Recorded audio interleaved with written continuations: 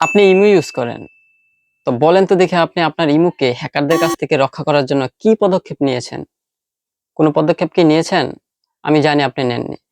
তাহলে কোন হ্যাকার যদি আপনার ইমোটা হ্যাক করে ফেলে এবং আপনার মা-বাবা অথবা আত্মীয়স্বজনের কাছে ফোন করে অথবা মেসেজ করে বলে যে, "আমি বিপদে রয়েছি, আমাকে টাকা দাও কিছু।" তাহলে কিন্তু তারা দিতে বাধ্য। কারণ আপনি বিপদে আছেন, তারা টাকা দিয়ে দিবে। তো এই কাজটা যেন না হয় বা হ্যাকাররা যেন এটা না করতে পারে তাহলে কিছু সেটিং আছে ইমোর ভিতরেই। আপনারা সেই সেটিং গুলা করে নিলে তাহলে হচ্ছে আপনারা সম্পূর্ণরূপে নিরাপদ থাকতে পারবেন। আপনার ইমো কখনো কেউ হ্যাক করতে পারবে না।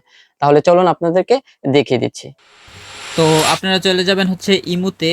ইমু থেকে হচ্ছে আপনারা যাবেন প্রোফাইলে। প্রোফাইল থেকে যাবেন হচ্ছে সেটিংসে। সেটিং থেকে যাবেন ম্যানেজ ডিভাইসে। তো ম্যানেজ ডিভাইসে গিয়ে এখানে দেখবেন আপনারা যে এখানে অনেকগুলো, এখানে যেহেতু একটা ডিভাইসে এখন লগ ইন আছে, কিন্তু তখন যদি আপনার এটা হ্যাক করা থাকে অথবা অন্য কেউ যদি আপনার এটা নিয়ন্ত্রণ করে ইমোটা, তাহলে হচ্ছে আপনার নিচে আরও কয়েকটি ডিভাইসে লগ ইন থাকতে পারে বা থাকবে। তো এর জন্য হচ্ছে আপনারা ওই ডিভাইসগুলা এখান থেকে লগ আউট করে দিবেন। তার পাশাপাশি আপনাদেরকে আরেকটা কাজ করতে হবে, সেটা হচ্ছে এখানে মাল্টি ডিভাইস যেটা এনাবেল করা আছে, এটা আপনারা অফ করে দিবেন। তো এখান থেকে অফ করার পরে পপ আপটা আসবে, আসার পরে হচ্ছে আপনারা ডিজেবল করে দিবেন। তো ডিজেবল করে দেওয়ার পরে আপনার এটা কাজ শেষ। এখন থেকে আপনার ইমো চাইলে আর কেউ, আপনি ছাড়া আর কেউ ইউজ করতে পারবে না, কখনো হ্যাক করতে পারবে না।